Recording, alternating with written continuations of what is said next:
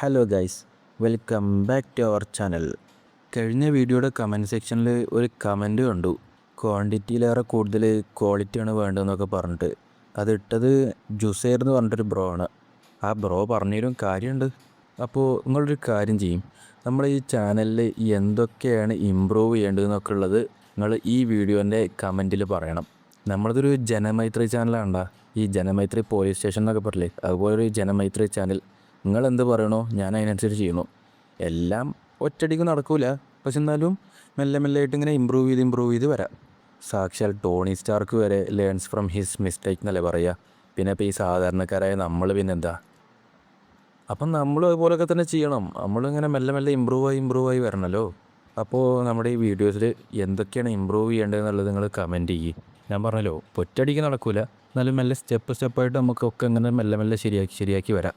പിന്നെ ലെങ്ത്തിൻ്റെ കാര്യം ആരും പറയാൻ നിൽക്കണ്ട കേട്ടോ, അത് ഞാൻ എത്രയോ വട്ടം പറഞ്ഞതാ. ഈ ബ്രോ പറഞ്ഞതും പാടെ അതാണ്. അപ്പോൾ എന്തായാലും നമുക്ക് നോക്കാം. കഴിഞ്ഞ എപ്പിസോഡിൽ നമ്മൾ കണ്ടതാണ് ഗ്യോങ്ങിൻ്റെ കൈയൊക്കെ വെട്ടി നിൽക്കണ യോവണിനെ. ഗ്യോങ്ങിനാണെങ്കിൽ എന്തുണ്ടായതെന്ന് പോലും ഇത് കിട്ടിയില്ല, ക്ലാരിറ്റി കിട്ടിയില്ല. അപ്പോൾ ഇന്ന് നമുക്ക് അതിൻ്റെ ബാക്കി നോക്കാം. അപ്പോൾ നിങ്ങൾ കണ്ടില്ലേ, യോവണ് വേറെ ലെവലൊരു മാസ് ട്രാൻസ്ഫോർമേഷൻ നടത്തിയിട്ടാണ് വന്നിരിക്കുന്നത്. അപ്പോൾ ഇനി അങ്ങോട്ടില്ല എല്ലാ എപ്പിസോഡും ഇതുപോലെ കിഡിലെ എപ്പിസോഡ് എന്ന് പറഞ്ഞാൽ കിഡിലെ എപ്പിസോഡാണ്. അപ്പോൾ അതൊക്കെ മിസ്സാവാതിരിക്കാൻ വേണ്ടിയിട്ട് എല്ലാവരും സബ്സ്ക്രൈബ് ചെയ്ത് വെച്ചോ, പിന്നെ ഇപ്പോൾ തന്നെ ലൈക്ക് ചെയ്ത് വെച്ചോ, അല്ലെങ്കിൽ പിന്നെ ലാസ്റ്റേക്ക് മറക്കും. അപ്പോൾ നമുക്ക് നേരെ വീഡിയോയിലോട്ട് കിടക്കാം. ഗ്യോങ് ആകെ ഷോക്കിലാണ്, എന്താ നടന്നതെന്ന് പോലും അറിയാതെ. അവനാണെങ്കിൽ അലറാൻ തുടങ്ങി. എൻ്റെ കയ്യ് എന്ന് പറഞ്ഞിട്ട്. എങ്കിലോട്ട് ചിയോൺ ഒന്ന് നിൽക്കൂ. പക്ഷേ യോവണുണ്ടോ അത് കേൾക്കണോ?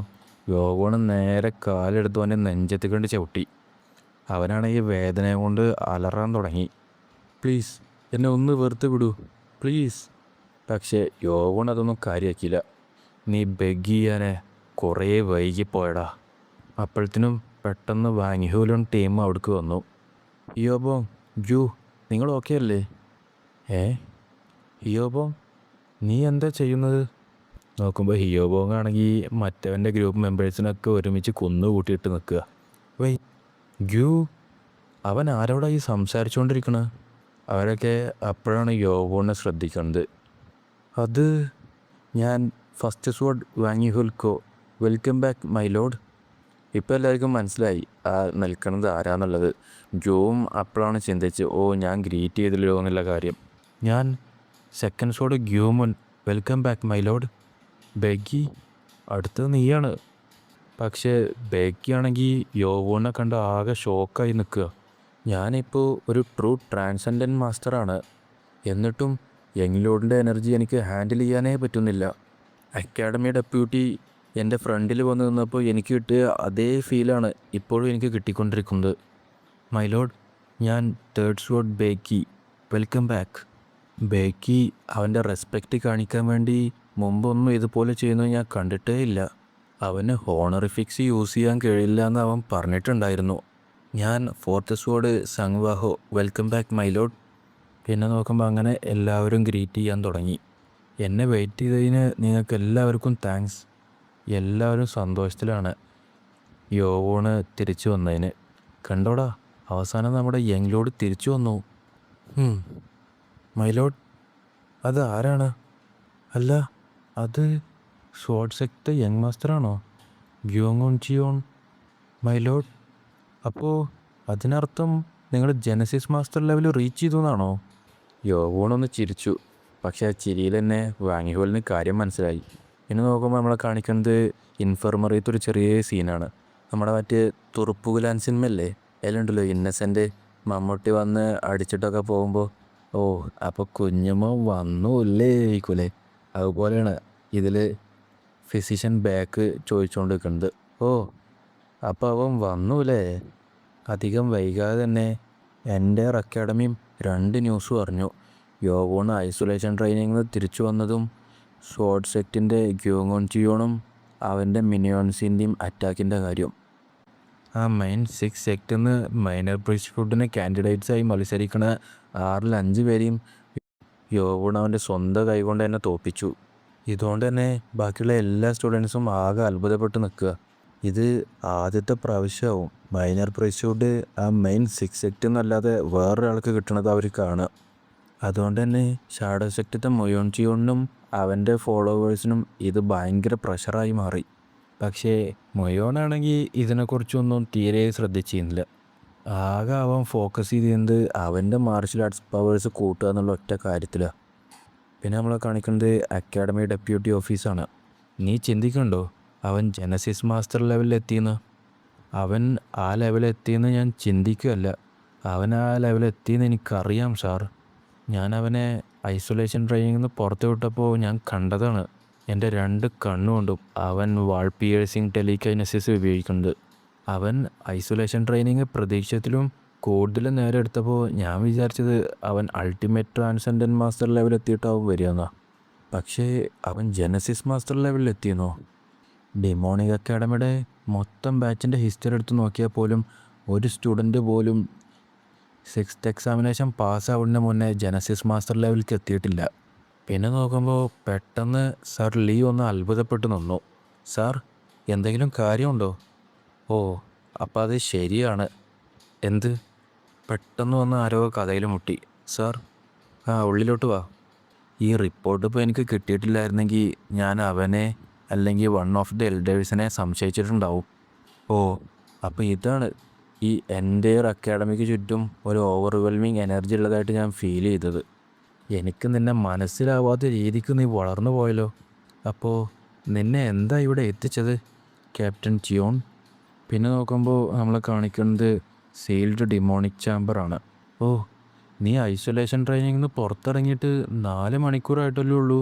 അപ്പോഴേക്കും നീ 5th എക്സാമിനേഷൻ എടുക്കാൻ പോവുകയാണോ? നീ വളരെ വേഗത്തിലല്ലേ പോകുന്നത് ക്യാപ്റ്റൻ ചിയോൺ?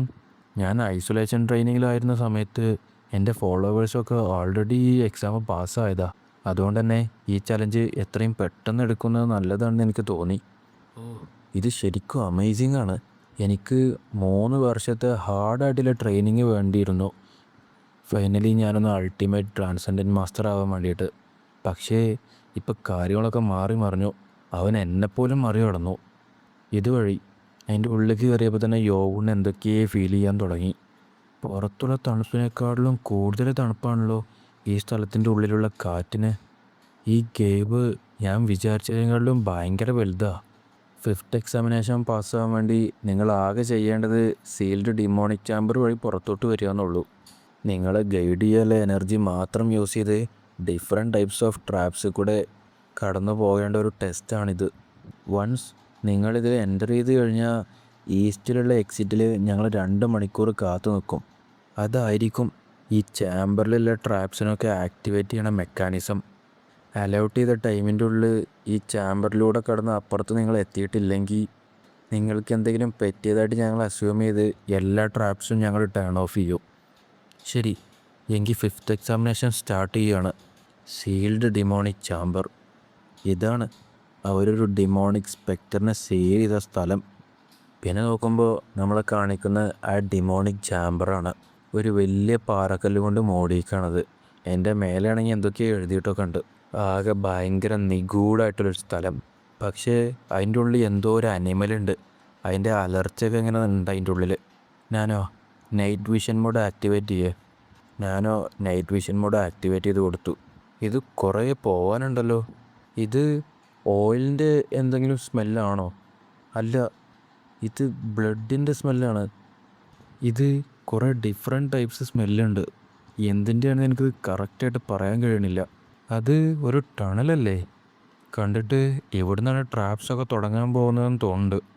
കുഴപ്പമില്ല, എനിക്ക് ക്ലിയറായിട്ട് കാണാൻ പറ്റുന്നുണ്ട്. ഇത് വേഗത്തിൽ തീർക്കാൻ വേണ്ടിയിട്ട് ഞാൻ എൻ്റെ അജൈറ്റി ടെക്നിക്ക് യൂസ് ചെയ്യാൻ പോവുക. യോവനാണെങ്കിൽ സ്പീഡ് പോണതിൻ്റെ ഇടയ്ക്ക് ഒരു സ്റ്റെപ്പിലൊന്ന് ചവിട്ടി. അതാണെങ്കിൽ ട്രാപ്സിനുള്ള സ്റ്റെപ്പായിരുന്നു. നോക്കുമ്പോൾ സൈഡിൽ നിന്ന് കുറേ അമ്പിങ്ങനെ വരാൻ തുടങ്ങി അവൻ്റെ നേരക്ക്.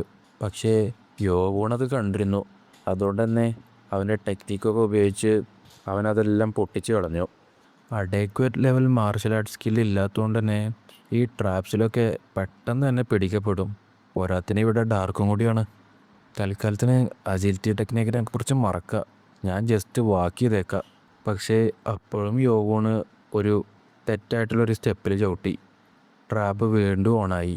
ഇപ്രാവശ്യം നോക്കുമ്പോൾ മേലെന്ന് റൂഫ് പെട്ടെന്ന് താഴേക്ക് വരികയാണ്.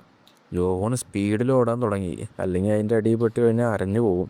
ജസ്റ്റ് മിസ്സിന് ഓൻ അതിൻ്റെ ഉള്ളിൽ നിന്ന് കഴിച്ചിലായി പോന്നു. കണ്ടിട്ട് തെറ്റായിട്ടുള്ള ടൈൽസിൽ സ്റ്റെപ്പ് ചെയ്യുമ്പോഴാണ് ഈ ട്രാപ്സൊക്കെ ആക്ടിവേറ്റ് ചെയ്യുന്നത് തോന്നുന്നത്. ഇവിടെ ഏതിലൂടെയാണ് നടക്കേണ്ടതെന്നുള്ളത് എനിക്ക് കാണണം. പക്ഷേ ഞാനിവിടെ നൈറ്റ് വിഷൻ ഉള്ളതുകൊണ്ട് തന്നെ ഇവർക്കൊന്നും എന്നെ കിട്ടാനേ ചാൻസ് ഇല്ല. പിന്നെ നമ്മളെ കാണിക്കുന്നത് 30 മിനിറ്റിന് ശേഷമാണ്. ഇത് കുറേ ടണൽസ് ഉണ്ടല്ലോ. ഇവിടെ വിൻഡിൻ്റെ ഫ്ലോ ഇല്ലായിരുന്നെങ്കിൽ ആരായാലും ഈസി ആയിട്ട് തന്നെ വഴി തെറ്റി പോകുമായിരുന്നു. വെയിറ്റ്, ഈ ലേ ഔട്ട് ഞാൻ ഇതിനു മുമ്പ് എവിടെയോ കണ്ടിട്ടുണ്ടല്ലോ. പിന്നെ നോക്കുമ്പോൾ നമ്മളെ കാണിക്കുന്നത് യോവോണ് പണ്ട് ഡിറ്റൻഷൻ സെൻറ്ററിൽ പോയിരുന്നല്ലോ, ആ ടൈമത്തെ കാര്യമാണ്. 3.5 വർഷത്തിന് മുന്നേ ഡിറ്റൻഷൻ സെൻറ്ററിലുള്ള സീക്രട്ട് ചാമ്പറാണ് ഡിമോണിക് ലോഡ്. ഞാൻ ഹംബിളി എൻ്റെ ഗ്രാറ്റിറ്റ്യൂഡ് നിങ്ങൾക്ക് ഓഫർ ചെയ്യുന്നു. ഈ സ്ഥലത്ത് വരാൻ കഴിഞ്ഞതിൽ ഞാൻ വളരെ ലക്കിയാണ്. ഇത് ആ പോയിസൺ സ്റ്റാഫ് അറിഞ്ഞിട്ടുണ്ടായിരുന്നെങ്കിൽ അപ്പം തന്നെ അദ്ദേഹം അവിടെ മരിക്കുമായിരുന്നു. ഇനി ആകെ ചെയ്യാനുള്ളത് ഡിമോണിക് ലോഡിൻ്റെ സ്വാഡ് ആർട്ട് എക്സ്പ്ലെയിൻ ചെയ്യണ ഈ ടെക്സ്റ്റും മറ്റ് എവിഡൻസൊക്കെ ഡിസ്ട്രോയ് ചെയ്യുക എന്നുള്ളത് മാത്രമേ ഉള്ളൂ. ഈ റയർ ആർട്ട് മറ്റാർക്കും കിട്ടാൻ ഞാൻ സമ്മതിക്കൂല. പെട്ടെന്ന് നോക്കുമ്പോൾ അവിടെ മൊത്തം ആകെ കുലുങ്ങാൻ തുടങ്ങി. ഒരു ഭൂമി കുലുക്കം പോലെയൊക്കെ. യോവോണും ആകെ ഞെട്ടി. എന്താ ഇവിടെ സംഭവിച്ചുകൊണ്ട് കേൾക്കണത്? നോക്കുമ്പോൾ അതിൻ്റെ മേലെന്ന് ഓരോ പാർട്സായിട്ട് ഇങ്ങനെ താഴേക്ക് വീഴാൻ തുടങ്ങി. യോവോണാണെങ്കിൽ അതിൻ്റെ ഇടയിൽ വിട്ട് നിൽക്കുകയാണ്. 24 ഓബ്സോ? ഇത് എനിക്കറിയായിരുന്നു. ഇതാണ് ഡിമോണിക് ലോഡിൻ്റെ സ്വാഡ് ആർട്ട് എക്സ്പ്ലെയിൻ ചെയ്യുന്ന ടെക്സ്റ്റ് എന്ന്. ഇതിനെ ട്രിഗർ ചെയ്യാൻ എന്തെങ്കിലും തരത്തിലുള്ള ഹിഡൻ മെക്കാനിസം വല്ലതും ഉണ്ടോ? ഇതെന്താ ഇതിൻ്റെ ബാക്കിൽ ഇങ്ങനെ ഓരോ ലൈൻസൊക്കെ? ആ ഗ്ലോയിങ് ഓർബ്സിലുള്ള എല്ലാ ലൈനും കണക്ട് ചെയ്ത് കഴിഞ്ഞപ്പോൾ അതൊരു മാപ്പാണ് ഉണ്ടാക്കിയത്. അത് ഒരു തരത്തിലുള്ള ട്രഷർ മാപ്പ് പോലെ ഉണ്ടായിരുന്നു കാണാൻ.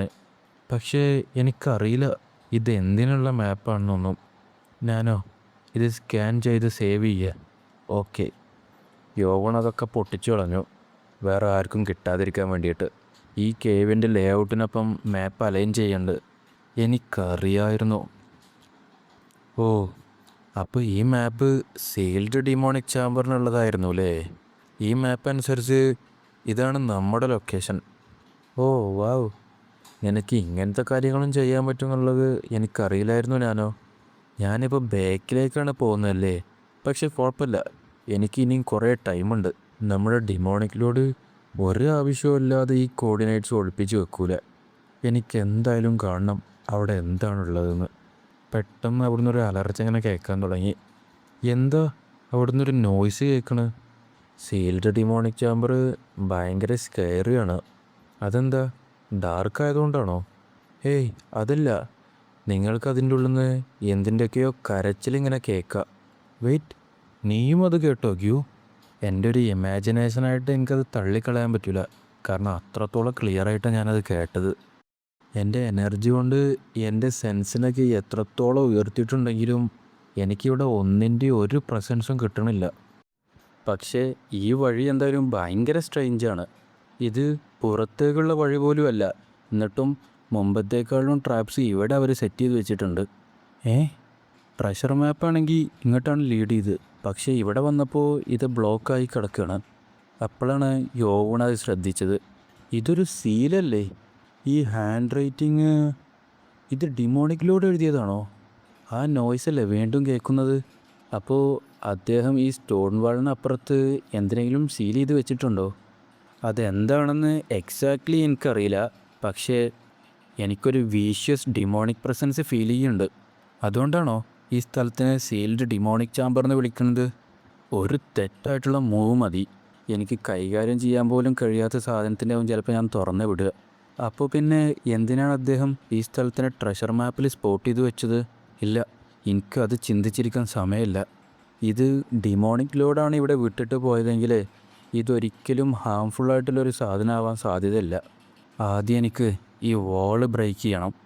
യോവണാണെങ്കിൽ ഡാൻസിങ് ബട്ടർഫ്ലൈ ടെക്നിക്കത്തെ 5th codified fighting form use ചെയ്ത് ആ വാള് തകർക്കാൻ തുടങ്ങി.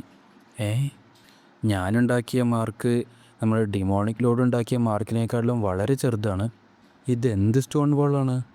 ഈ വാളിൻ്റെ ഹാർഡ്നെസ് ആ സഫയർ സ്റ്റോണുമായിട്ട് ഈക്വലാണ്. ഇത് സെയിം ഹാർഡ്നെസ് ലെവലല്ല, ഇത് സഫയർ സ്റ്റോൺ ആണ്. ഇതിൻ്റെ പുറത്ത് കവർ ചെയ്ത മെറ്റീരിയലിന് മാത്രമേ വ്യത്യാസമുള്ളൂ. ജെനസിസ് മാസ്റ്റർ ലെവലിൽ എത്തിയതിന് ശേഷം മാത്രമാണ് എനിക്ക് ഈ ഫോം പെർഫോം ചെയ്യാൻ സാധിച്ചത്. കാരണം ഈ ഫോമിൻ്റെ ഇൻഫർമേഷനെ എൻ്റെ ബോഡിക്ക് ട്രാൻസ്ഫർ ചെയ്താൽ മാത്രം പോരാ.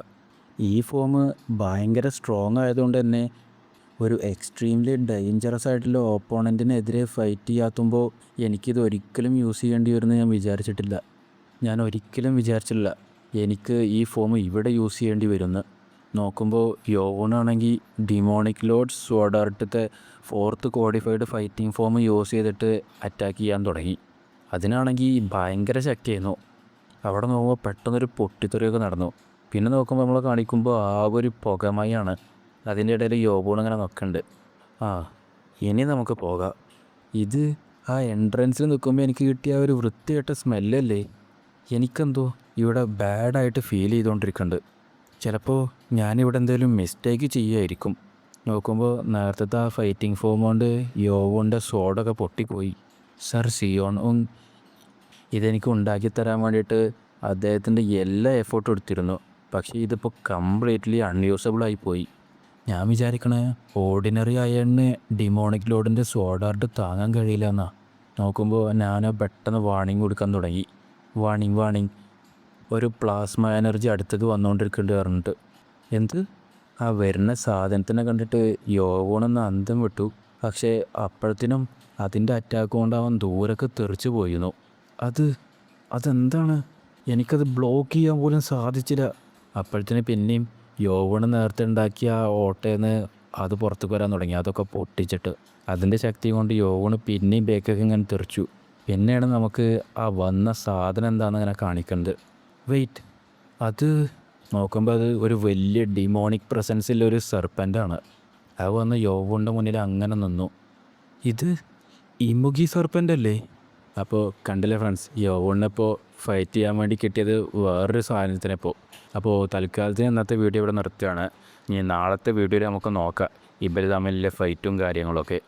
ഞാൻ വീണ്ടും പറയുകയാണ്, ഇപ്പോഴാണ് ശരിക്കും ട്രാക്ക് കയറിയിരിക്കണം. ഇനി നിങ്ങൾ ഒറ്റ എപ്പിസോഡ് പോലും മിസ്സാവാതെ എന്തായാലും വന്ന് കാണണം. അപ്പോൾ സബ്സ്ക്രൈബ് ചെയ്ത് വെച്ചോ, ഇല്ലെങ്കിൽ അത് നിങ്ങൾക്ക് തന്നെയാണ് തീരാ നഷ്ടമായി പോവുക. അപ്പോൾ ഈ വീഡിയോ ഇഷ്ടപ്പെട്ടെങ്കിൽ ലൈക്ക് ചെയ്യുകയോ ഷെയർ ചെയ്യുകയോ സബ്സ്ക്രൈബ് ചെയ്യുകയോ നിങ്ങളുടെ വിലപ്പെട്ട അഭിപ്രായങ്ങളൊക്കെ താഴെ കമൻറ്റ് ചെയ്യുമോ. അപ്പോൾ അടുത്തൊരു കിഡിൽ എപ്പിസോഡുമായി വരുന്നവർക്കും ബൈ.